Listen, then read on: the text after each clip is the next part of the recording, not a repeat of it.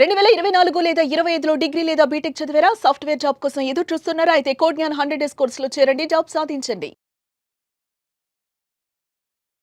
నమస్కారం శశికాంత్ గారు. నమస్తే నాగరాజ్ గారు. వైఫ్ అండ్ హస్బెండ్ వాళ్ళు విడిపోవడానికి రెడీగా ఉన్నారు అనుకున్నప్పుడు అకార్డింగ్ టు లీగల్ నాలెడ్జ్ ముందుకు వెళ్తున్నారు అని అంటే ఖచ్చితంగా ఇంటరిమ్ మెయింటెనెన్స్ అనేది ఒకటి ఉంటుంది కదా. అదే ఆ ప్రాసెస్ అసలు ఏ విధంగా ఉంటుంది, ఎలా దాన్ని హ్యాండిల్ చేయాలి? ఈ ఇంటరిమ్ మెయింటెనెన్స్ అన్నది చాలామంది ఇప్పుడు పెళ్లి చేసుకోబోయే అమ్మాయిలకి కూడా తెలవాలి. Because that's a general awareness in the law. Okay, పెళ్లి చేసుకున్న మహిళలు ఎవరైతే ఇబ్బంది పడుతున్నారో, ఎవరైతే సరిగ్గా లేదో, maybe they are planning for leaving, departing each other, they should know this knowledge. మీ ద్వారా నేను చెప్పేది ఏంటంటే, ఈ వీడియో జాగ్రత్తగా వినండి. ఎవరైనా మీ ఫ్రెండ్స్ ఇబ్బందుల్లో ఉంటే వాళ్ళకు కూడా షేర్ చేయండి. సో దట్ అవేర్నెస్ పెంచాలి మనం. ఎప్పుడైతే అవతల వ్యక్తికి మనకి లీగల్ అవేర్నెస్ ఉంది అన్న ఐడియా ఉంటుందో వాళ్ళ తోక కట్ అయినట్టే. సో ఇప్పుడు ఈ ఇంటరిమ్ మెయింటెనెన్స్ ఏంటంటే, బేసిక్గా వైఫ్ అండ్ హస్బెండ్ బాగున్నప్పుడు అంతా వెరీ గుడ్. ఎప్పుడైతే విడిపోవాలనుకుంటారో వైఫ్ వాళ్ళ పుట్టింటికి వెళ్ళిపోతారు, లేదా బేసిక్గా ఆ ఇంటి నుంచి ఆ హస్బెండ్ కూడా వెళ్ళిపోతాం జరుగుతుంది. అప్పుడప్పుడు వేరే ఇల్లు తీసుకుంటారు.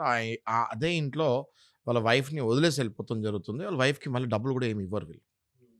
ఓకే, అట్లాంటప్పుడు వైఫ్ ఇమీడియట్గా డైవర్సో, లేకపోతే డొమెస్టిక్ వైలెన్సో, లేకపోతే 498 క్రూయాలిటీ ఇట్లాంటివి వేస్తాం జరుగుతుంది. ఓకే, నేను క్లియర్గా చెప్తా మీకు. ఈ వీడియో చూస్తే మీకు అర్థమైపోతుంది మీకు ఏమేమి హక్కులు ఉంటాయి, మీకు ఎట్లా ఇమీడియట్గా మెయింటెనెన్స్ రావాలి అన్నది. Okay, CRPC 125 or Hindu marriage act 24 ప్రకారము ఇంటరిమ్ మెయింటెనెన్స్ అని ఒకటి ఉంటుంది. అంటే హస్బెండ్ వెళ్ళిపోయాడు, ఏడాది అయింది, 2 ఏళ్ళు అయింది, ఇంక రావట్లేదు, ఫోన్లు చేసినా కట్ చేస్తున్నాడు, లేకపోతే ఎవరి ద్వారా అయినా సంప్రదించినా నేను రాను ఇంకా అనేసాడు. ఏం చేస్తాం ఇంకా ఫైనల్గా? డొమెస్టిక్ వైలెన్స్ 498 వేస్తాం. డొమెస్టిక్ వైలెన్స్లోనే ఇంటరిమ్ మెయింటెనెన్స్ అని ఒక ఐఏ వేస్తాం. ఓకే, ఎప్పుడైతే ఇంటరిమ్ మెయింటెనెన్స్ వేస్తామో ఇమీడియట్గా 60 to 90 days, అంటే 2 to 3 months లోపు మనకి ఈ కేసులు ఫాస్ట్ ఉంటాయి నాగరాజు గారు. డైవర్స్ వచ్చేసరికి టైం పట్టచ్చు. డొమెస్టిక్ వైలెన్స్లో మళ్ళీ ఫైనల్గా జడ్జిమెంట్ వచ్చేసరికి టైం పట్టచ్చు. 498 మనం వేసిన తర్వాత ఛార్జ్ షీట్ అయిన తర్వాత ట్రయల్ అయిన తర్వాత టైం పట్టచ్చు. కానీ మెయింటెనెన్స్, ఇంటరిమ్ మెయింటెనెన్స్ అనేది ఒక మహిళకి మ్యారేజ్ అయిన తర్వాత హస్బెండ్ కనుక చూసుకోకపోతే ఇమ్మీడియట్ 2 to 3 monthsలో ఆర్డర్ వచ్చేస్తుంది. మీకు రావాల్సిన మెయింటెనెన్స్ ఇమ్మీడియట్ మీకు ఊరట కలుగుతుంది. చాలా మందికి ఇది తెలీదు, ఈ అవేర్నెస్ చాలా మందికి లేదు. సో ఇది జస్ట్ ఒక సోషల్ కాజ్ లాగా మనము ఈ అవేర్నెస్ చేస్తున్నాం కాబట్టి మీ ద్వారా నేను ఏం చెప్పాలనుకుంటున్నా అంటే, మీకు మెయింటెనెన్స్ చాలా తొందరగా వస్తుంది మీరు అప్లై చేసుకుంటే. చాలామంది నాగరాజు గారు డైవర్స్ అప్లై చేసిన తర్వాత కూడా ఏమనుకుంటారంటే, డైవర్స్ అయిపోయిన తర్వాత నాకు ఈ మెయింటెనెన్స్ వస్తుంది, నాకు యాలిమనీ వస్తుంది, కేసు నడిచేటప్పుడు నాకు రాదు అనుకుంటారు. అది చాలా తప్పు. డైవర్స్ కేసు ఒకవేళ నడుస్తుంటే అందులోనే మీరు ఒక ఐఏ అంటే ఒక అప్లికేషన్, అందులోనే ఒక ఇంటర్లోకేటరీ అప్లికేషన్ అంటారు. అందులో మీరు ఏం చేయాలంటే, డైవర్స్ కేసు నడుస్తుంటుంది, కేసు అయిన తర్వాత నాకు మీరు ఇవ్వాల్సిన యాలిమనీ, కొంతమంది 10 లక్షలు అడుగుతారు, కొంతమంది ₹1,00,00,000 అడుగుతారు. అది అప్పుడు ఇద్దరు కానీ, బట్ అది అయ్యే వరకు నేను బతకాలి కాబట్టి, నా మెయింటెనెన్స్ వెళ్ళాలి కాబట్టి, ఇన్నాళ్ళు మిమ్మల్ని నమ్ముకొని ఉన్నాను కాబట్టి నాకు నెల 50,000, ₹1,00,000, 20,000, 10,000 మీకు తగ్గట్టు, మీ స్టేటస్కి తగ్గట్టు మీరు అడగాలి. అయితే ఇక్కడ చాలామంది మహిళలు చేసే తప్పేంటి, ఇంకా అడగచ్చు కదా అని ఎంత పడితే అంత అడిగేసరికి ఏమవుతుంది, మీ అప్లికేషన్ రిజెక్ట్ అవుతుంది.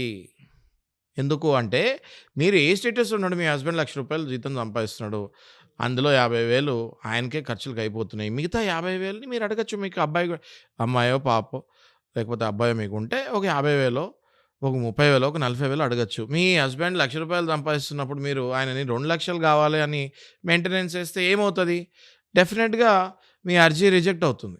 అవును. సో నా సజెషన్ ఏంటంటే, there is something called budget analysis. బడ్జెట్ని అనలైజ్ చేసి మీరు ఎప్పుడైతే మెయింటెనెన్స్కి వేస్తారో జడ్జి గారికి మీరు అది కూడా ఎక్స్ప్లెయిన్ చేయాల్సి వస్తుంది.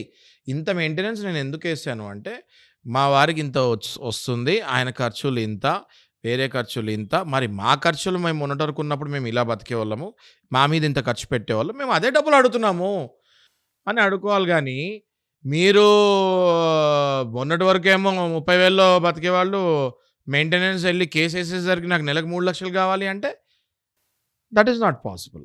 సో కామన్ సెన్స్ అన్నది ఒకటి ఉంటుంది లాలో.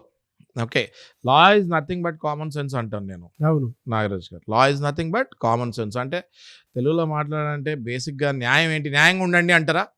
న్యాయంగా ఉండండి అంటారు. సో న్యాయంగా అడగండి అంటున్నాను నేను. మెయింటెనెన్స్ కూడా మీ మెయింటెనెన్స్ మీరు న్యాయంగా తీసుకోండి. ఎంత రావాలో ఖచ్చితంగా మీకు జడ్జి గారు విత్ ఇన్ 2 to 3 monthsలో మీ ఇంటరీ మెయింటెనెన్స్ కేసు పొడుగాటు కేసు అయ్యే వరకు కూడా మీకు నెల నెల మీ మెయింటెనెన్స్ వస్తుంది. మెయింటెనెన్స్ కట్టకపోతే జైలుకి వెళ్తాం గ్యారంటీ. ఇది అబ్బాయిలు గుర్తుపెట్టుకోండి. మీ బాధ్యత. పెళ్ళైతే డైవర్స్ వచ్చే వరకు మీరు మెయింటెనెన్స్ ఇవ్వాల్సిందే.